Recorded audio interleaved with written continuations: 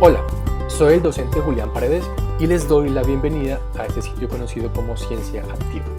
Hoy vamos a ver una clase de química en la temática de características generales de la cinética química y además vamos a ver la influencia de la temperatura en la velocidad de una reacción química. Entonces, bueno, iniciamos. Lo primero que vamos a hacer es definir el concepto de cinética química.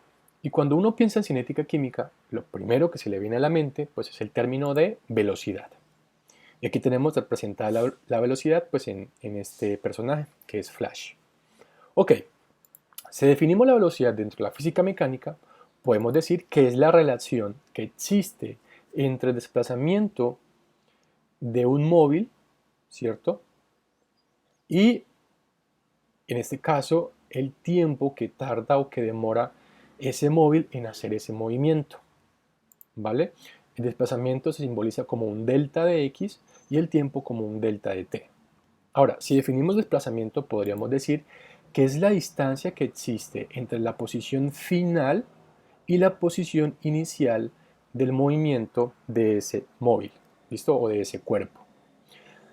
Cabe aclarar que en este caso, desplazamiento y distancia son dos cosas muy diferentes. La distancia es cada uno de los puntos que tiene que recorrer un móvil, ¿cierto? Hasta llegar a su posición o a su destino final.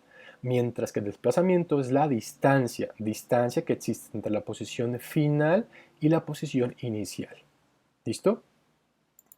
Ahora, si queremos propiamente definir el concepto de velocidad dentro de la cinética química, pues aquí ya la cosa nos cambia. Aquí tenemos las dos fórmulas que me simbolizan propiamente pues, la velocidad de una reacción química. Entonces se puede representar de esas dos formas que sería exactamente lo mismo. Ahora, acá arriba no tenemos ya el desplazamiento sino un delta de C. Esta delta de C sería una variación de concentración. Entonces la concentración se puede simbolizar como un delta de C o un delta y con estos corcheticos acá, como se observa en la ecuación de abajo. Ahora, ¿qué es la concentración? Vale, en esta imagen podemos observar cada una de las unidades, ¿cierto? O cada una de las ecuaciones también que se utilizan para hallar la concentración. Entonces tenemos unas unidades físicas y unas unidades químicas. Y con estas unidades podemos definirla. Entonces la concentración sería, ojo, la cantidad, mire, cantidad de soluto, ¿cierto? O bueno, propiamente la relación que existe entre la cantidad de soluto y la cantidad, en este caso, de solución que existe. En otros casos también puede ser la cantidad de solvente, como es el caso de la molaridad, ¿cierto? Entonces, de alguna forma, estas ecuaciones me permiten definir o hallar también la concentración de una solución. ¿Listo? Entonces, en este caso tenemos una variación de concentración que va a ser final propiamente en los productos y una concentración inicial que va a ser en los reactivos. ¿Listo? Y también pues tenemos un tiempo propiamente para que se dé esa reacción química. ¿Ok? Entonces si definimos el concepto de cinética química podemos decir que es una rama de la química que estudia la velocidad de las reacciones químicas, el mecanismo y los factores que afectan la velocidad de una reacción química. ¿Listo? Ok. Vale. ¿Qué tenemos en esta imagen? Entonces en esta imagen tenemos la representación de la velocidad propiamente de una reacción química. Eso que ustedes observan aquí me simboliza una reacción química. En el lado izquierdo de la ecuación tenemos los reactivos y en el lado derecho tenemos los productos. Es decir, que aquí vamos a hacer reaccionar A más B y nos va a dar C más D. ¿Listo? En una velocidad la velocidad propiamente de una reacción química la podemos notar de esta forma, en esta gráfica que podemos observar. Y aquí podemos analizar que hay una relación entre la concentración, que la representamos aquí en Y, y el tiempo propiamente que tarda en hacerse esa reacción. ¿Listo? ¿Qué es lo que sucede? Que en este caso, cuando comienza la reacción química, la concentración de los reactivos comienza a disminuir. Y es lógico, en este caso, los reactivos son los que inician esa reacción química y por lo tanto su concentración se comienza a gastar. ¿Listo? Eh, y bueno, comienza a disminuir hasta que llega un punto en que ya permanece constante. Y mientras que la concentración de los reactivos baja, la concentración de los productos comienza a aumentar hasta tal punto que ya se hacen presentes y ya pues al final de la reacción tenemos la formación de unas nuevas sustancias. En este caso, la velocidad con que inicia esa, esa reacción es máxima o es la más alta. ¿Listo? Y además llega un punto en que las concentraciones de los reactivos y de los productos se hace constante. En ese punto en donde comienza, digamos, la parte constante, ahí se habla de un equilibrio químico. Y bueno, ese es otro tema que está muy relacionado con esto, pero pues digamos no lo vamos a profundizar. Ok, ahora, como estamos hablando que la cinética química tiene que ver con la velocidad de las reacciones químicas, pues propiamente definimos o tenemos que definir qué es una reacción química. Entonces lo que sí podemos decir es que todo lo que está a nuestro alrededor cambia de manera constante, ¿cierto? Y ese cambio se da de forma física y de forma química. Vale. Vamos a ver dos experimentos para poder propiamente definir esto de los cambios físicos y de los cambios químicos. ¿Listo? En realidad tengo 4, pero solamente vamos a ver 2 por cuestiones de tiempo. Entonces, iniciamos con el primero. Muy bien, jóvenes, para hacer esta pasta vamos a necesitar peróxido de hidrógeno al 35%. Y el ingrediente estrella es yoduro de potasio. El yoduro de potasio es una sal y viene en forma de sal, pero yo lo diluí en agua y tiene que ser una solución saturada. Entonces, ojo con eso. Y bueno, pues el jabón líquido para que se formen las burbujas. Bien, pues vamos a agregar el peróxido de hidrógeno. Un poco de jabón y unas gotas de colorante. Y ahora el yoduro de potasio.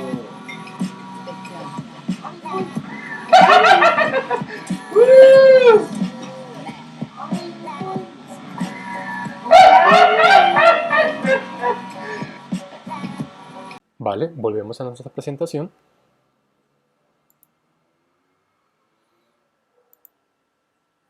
Vamos a ver nuestro segundo experimento.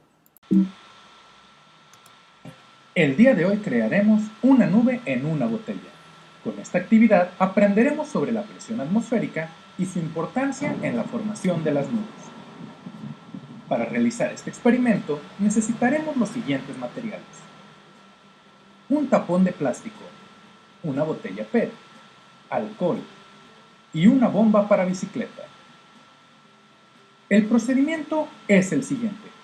Primero, hay que hacer un agujero en el tapón que lo atraviese completamente, lo suficientemente grande para poner la punta de la bomba. Luego colocaremos el conjunto punta-tapón en la bomba, como vemos en el video. Vertimos un poco de alcohol en la botella, solo el suficiente para llenar la base, y agitamos para evaporar un poco. Finalmente, con la ayuda de un amigo, tapamos la botella con el tapón, le metemos presión usando la bomba y cuando liberamos el tapón, hemos formado una gran nube dentro de nuestra botella.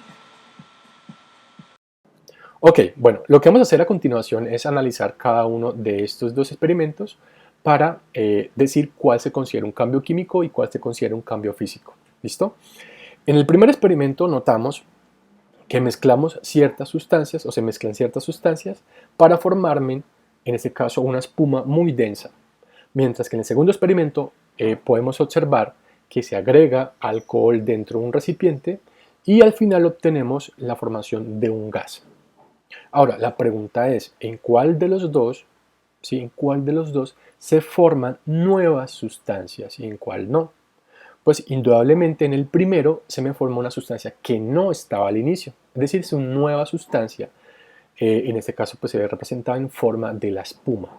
¿Listo? Mientras que en el segundo experimento el alcohol no deja de ser alcohol. Simplemente lo que sucede es un cambio de estado. El alcohol pasa de estar líquido a, en este caso, convertirse en propiamente pues, gaseoso. ¿Listo? Entonces, teniendo en cuenta eso, pues ya podemos definir lo que es cambio físico y cambio químico. Vamos primero con el físico. Entonces se dice que se da cuando la estructura interna sufre modificaciones, pero no hay formación de nuevas sustancias. Y aquí lo podemos ver propiamente en el ejemplo del experimento 2. El alcohol, en este caso al principio, se encontraba en estado líquido, que es lo que tenemos acá, y las moléculas se encuentran de esta forma. Cuando en este caso se le quita el corcho, pues ya pasa a ser un gas. Y si ustedes observan, hay un cambio, en este caso, en la distancia de las moléculas como tal. Pero el alcohol, en este caso, no cambió, sigue siendo el mismo alcohol. Entonces, en este caso, se consideraría como un cambio físico. Mientras que en el primer experimento tenemos el ejemplo de un cambio químico, que se da cuando la estructura interna de un material se reorganiza y genera sustancias que antes no estaban, es decir, nuevas sustancias. En este caso, esas nuevas sustancias serían la espuma. ¿Ok? Bueno, continuamos. Entonces, ya podríamos definir propiamente qué es una reacción química. Entonces, sería el proceso por medio del cual las sustancias se enlazan o rompen enlaces para la producción de nuevas sustancias con características propias. Al hacerlo, liberan o consumen energía. Entonces, en nuestro experimento, que es el que tenemos aquí a continuación, en el experimento de la espuma, lo que hacemos es, primero, tener peróxido de hidrógeno dentro de la botella, ¿cierto? Luego se agrega yoduro de potasio y pues, digamos, se le agrega también jabón. Lo que ocurre ahí es una reacción química de descomposición, ¿sí? En este caso, el peróxido de hidrógeno, que es lo que tenemos acá, se convierte en agua y oxígeno, ¿vale? Este agua y ese oxígeno es o son propiamente nuevas sustancias, ¿sí? Que antes o en un inicio no estaban. El oxígeno se ve representado propiamente en un estado gaseoso, digamos, acumulado o guardado dentro de las burbujas de la espuma que se observa en esa reacción química. ¿Listo? Entonces lo que sucede aquí prácticamente es una ruptura de enlaces. En nuestro ejemplo sería de los enlaces que se dan entre el hidrógeno y el oxígeno para formar unos nuevos, que en este caso va a ser agua, ¿cierto? Y propiamente la formación del oxígeno como un producto nuevo. ¿Listo? Esta reacción química, pues yo la he hecho en el laboratorio y libera mucha energía en forma de calor. Es decir, si tú tocas propiamente esa espuma, es caliente. Y como es peróxido de hidrógeno con una alta concentración, pues te puedes inclusive hasta quemar. Entonces, pues eso sería, digamos, una forma de notar que se produce una reacción química, cuando se libera calor o propiamente pues luz. ¿Listo? Y una reacción química pues se ve representada también a través de una ecuación, que es esta que tenemos acá. En este caso, la mezcla o bueno, la unión de dos reactivos me van a generar propiamente pues unos productos. ¿Listo? Ok, continuamos. Bueno, aquí tenía otro ejemplo, propiamente una reacción química, que es, por ejemplo, quemar un pedazo de papel, ¿sí? Entonces el papel se convierte como un combustible y el oxígeno se convierte como un comburente. Al mezclar estos dos, es decir, al quemar propiamente pues, el papel, me va a producir dióxido de carbono, agua y cenizas. Esas son nuevas sustancias que al principio no estaban. ¿Listo? Para que se forme el fuego en una combustión, es necesario que esté la presencia o que haya presencia de oxígeno. Si no hay oxígeno, no puede haber combustión. ¿Listo? Ok, para entender un poco más acerca de las reacciones químicas y de cómo suceden estas, es necesario conocer algo que se llama teoría de las colisiones. Esa teoría nos dice que para que se produzca una reacción química deben presentarse tres condiciones. La primera es que las moléculas de los reactivos tienen que chocar entre sí, es decir, que las moléculas que componen esas sustancias iniciales tienen que chocar unas con otras para que así me generen sustancias que al principio no estaban, es decir, nuevas sustancias como tal. La segunda condición me dice que estos choques deben de producirse con energía suficiente de forma que se puedan romper y formar enlaces. Entonces, para que esas moléculas choquen y propiamente me generen unas nuevas sustancias, tienen que hacerlo con la energía necesaria para que al chocar se rompen o se rompan enlaces que propiamente pues tenían esas moléculas para que después se generen unos nuevos enlaces y me formen pues estas sustancias nuevas o los productos como tal. Y la tercera condición es que el choque debe hacerse con una orientación adecuada. Se le conoce como choque o colisión efectiva, para que los enlaces que se tienen que romper y formar estén a una distancia y posición viable. Es decir, que en este caso las moléculas tienen que chocar o tienen que tener propiamente una colisión efectiva, y esa colisión se da cuando chocan de frente. Si lo hacen por uno de los lados, pues probablemente no me va a originar ninguna nueva sustancia. Es decir, que en este caso no se van a romper y no se van a formar nuevos enlaces en estas moléculas. Entonces siempre tiene que haber una colisión efectiva, una colisión de frente para que se rompan y se formen nuevos enlaces en la formación de los productos. Bueno, continuamos. Ok, también dentro de la cinética química tenemos algo muy fundamental, que son los factores que afectan la velocidad de una reacción química. Y propiamente serían 5 factores. El primero es temperatura a la cual se desarrolla la reacción. Segundo, naturaleza de los reactivos. Tercero, concentración de los reactivos. Cuarto, presencia de un catalizador. Y quinto, grado de particulación de los reactivos. Bueno, continuamos. Bueno, tenemos como primero la temperatura a la cual se desarrolla la reacción química. Y para entender esto, vamos a colocar el siguiente ejemplo.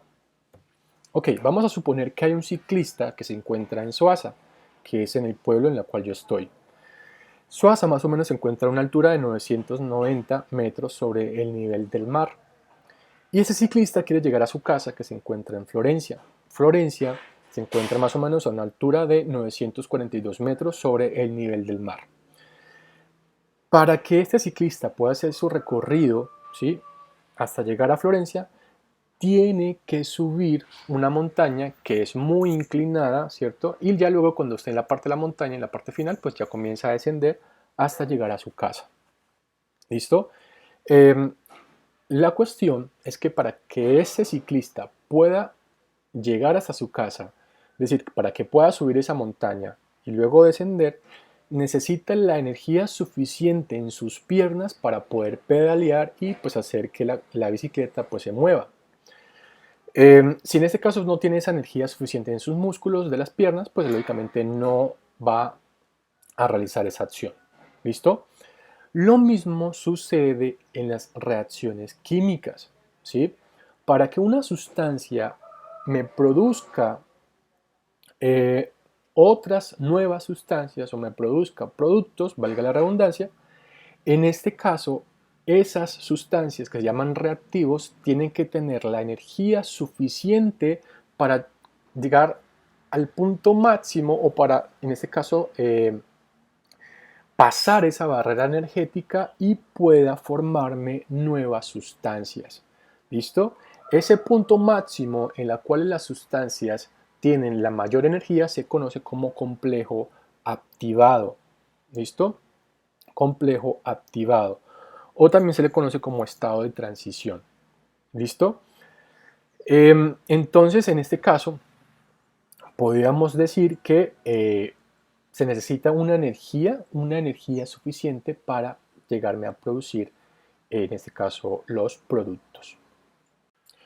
Vale, entonces esta energía se conoce como energía de activación y es propiamente la energía que requieren las moléculas para activarse antes de que puedan reaccionar por colisión y alcancen el estado de transición o el complejo activado. Entonces, en otras palabras, sería la energía suficiente o la energía apropiada para que se forme ese complejo activado o ese estado de transición, y a partir de allí pues se den los choques efectivos entre las moléculas y ya pues se me formen esos productos o esas nuevas sustancias. Y resulta que las reacciones pueden presentar dos características. Una, que un ejemplo muy concreto sería el del experimento 1, en donde se formaba pues esta espuma. En ese experimento, si uno toca el recipiente en el cual se encontraban las sustancias, va a encontrar que se calienta. Es decir, que aquí hubo una liberación de energía en forma de calor. Entonces, ese tipo de reacciones en donde se libera energía se conocen como reacciones exotérmicas. Pero también se presentan aquellas en donde se absorbe o se necesita calor para que puedan ocurrir. Y entonces aquí ya se llamarían como reacciones endotérmicas. ¿Listo? Vamos a mirar cómo sería el perfil de una reacción exotérmica. Entonces, como aquí se libera calor, ¿cierto? Los reactivos inician con una energía alta. Y en este caso, pues se necesitan de una energía mucho mayor, ¿sí? Que es propiamente pues esta energía de activación, para que se forme el complejo activado. Aquí, a partir de aquí, ya se comienzan a dar las colisiones efectivas entre las moléculas y luego me forman los productos. Entonces, vuelvo, repito, esta es la energía que se requiere para que se forme ese complejo activado. Vale. También tenemos este delta de H, que es una entalpía. La entalpía es la cantidad de energía que un sistema termodinámico libera o absorbe a su entorno, ¿sí? O de su entorno. ¿Listo? Y la entalpía, que se simboliza como delta de H, pues sería la energía final menos la energía inicial. Aquí iniciaría, o aquí se daría la energía inicial, ¿no? Y en ese otro punto sería la energía final. Por lo tanto, yo puedo decir que la energía inicial va a ser mayor que la energía final. Aquí lo tenemos. La energía inicial es mayor, miren, mayor que la energía final. Entonces, si yo tengo un valor menor y le resto uno mayor, pues en este caso me va a dar negativo. ¿Qué quiere decir? Que aquí la entalpía va a ser menor de cero. Y si la entalpía me da menor de cero, entonces tenemos una reacción exotérmica. ¿Listo? Ok. Y ahora, en una reacción endotérmica, pues los reactivos inician con una energía muy baja y se necesita mucho más energía para llegar al complejo activado. Si ustedes comparan este perfil de la reacción con este de acá, esta inclinación, ¿sí? O esta línea propiamente pues es mayor que la de acá. Es decir, que aquí se necesita mucho más energía para formar el complejo activado y luego se forme pues el producto. Aquí la entalpía, en este caso, aquí la entalpía, el valor inicial sería aquí, en este punto, exactamente aquí sería el valor de la energía inicial, aquí sería el valor de la energía final. Por lo tanto, si yo resto un valor mayor a uno menor, ¿sí? Que es este caso aquí, mire, mayor menos uno menor, pues el resultado es un número positivo. Entonces, por lo tanto, la entalpía aquí va a ser mayor de cero. Y eso me indica que es una reacción endotérmica. Entonces, algo aquí importante es que se necesita de menor energía de activación en las reacciones exotérmicas. Vale. También tenemos las orientaciones de las moléculas, y esto es importante explicarlo para poder entender cómo es que se forman los productos. Entonces, ¿qué tenemos aquí? Dice, para que los choques de las moléculas sean efectivos y produzcan una nueva sustancia, dichas moléculas deben poseer una energía cinética mayor o igual que la energía de activación. Entonces, propiamente, pues tenemos aquí este ejemplo. Tenemos hidrógeno y tenemos yodo, ¿sí?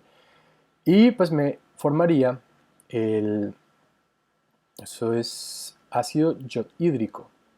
Para que se forme esta sustancia, ¿cierto? El choque entre las moléculas de los reactivos tiene que ser de frente, aquí lo podemos ver. un choque de frente. Por lo tanto, si ese choque es de frente, se van a formar dos nuevas sustancias. Si ustedes miran, estas dos bolitas aquí estaban unidas. Aquí chocaron con estas nuevas y por lo tanto se separa, esta unión que hay aquí o este enlace de aquí se separa y ya se une con esta otra nueva bolita para generar nuevas sustancias. ¿Sí? Pero si en este caso ese choque se da por un lado, ¿sí? Como es el caso que tenemos acá, se da uno de los lados, es decir, ese choque no es de frente, pues lógicamente no se me va a formar ningún otro producto.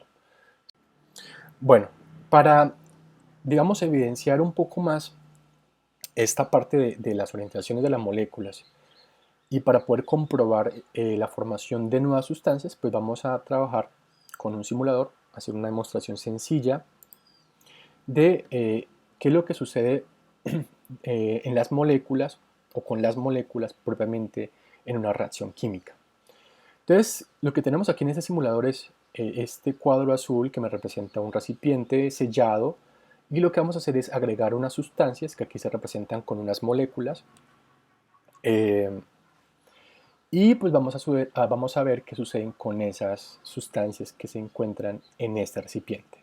Entonces aquí tenemos nuestra reacción química. Esto de acá van a ser los reactivos. Tenemos A como un reactivo y B y C como otro reactivo. Y acá tenemos A y B como un producto. Es decir, que en este caso se rompe el enlace entre B y C y ese A se va a unir al B. Y el C pues queda solito. ¿Sí? Entonces es lo que decíamos en un principio. Se rompen enlaces y se forman unos nuevos. ¿Listo? Entonces lo que vamos a hacer es agregar 5 moléculas de A y vamos a agregar 5 moléculas de B y C, es decir, de este, para ver qué sucede al final, es decir, qué sustancias se van a formar ahí. Entonces vamos a comenzar el experimento. Ahí ingresan los reactivos. Entonces la bolita amarilla me representa el reactivo A y las bolitas moradas y azules me representan, pues, lógicamente B y C. Entonces, lo que yo quiero que ustedes observen es qué sucedería si yo aumento la temperatura. Entonces, vamos a aumentarla para ver qué sucede con esas moléculas.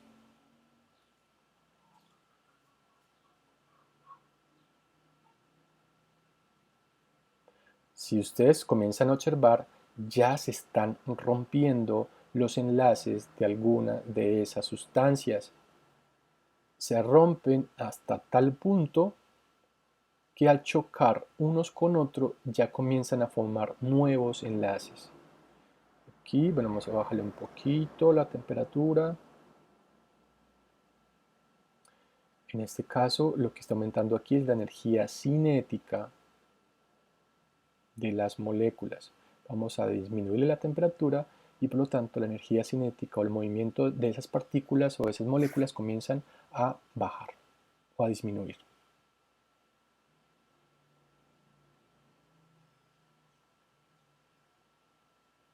Y entonces podemos observar que ya hay moléculas A y B, es decir, ya se formaron nuevos enlaces, ¿cierto? Nuevos enlaces, en este caso, para formar esa nueva sustancia.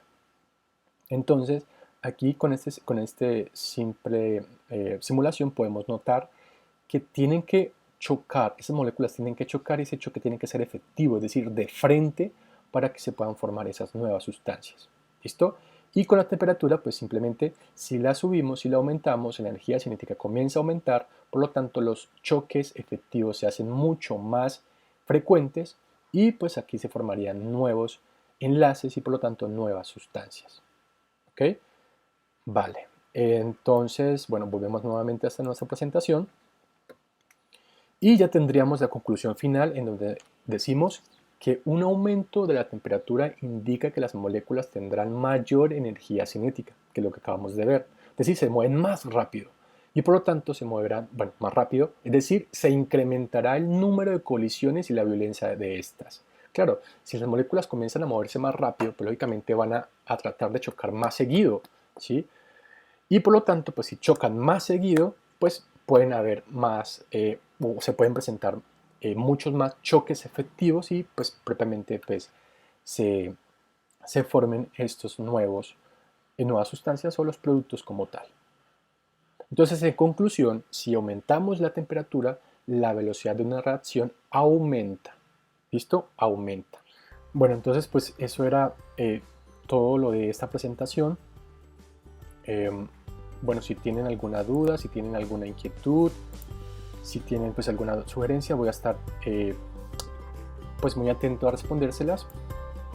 Muchas gracias y bueno, hasta una próxima.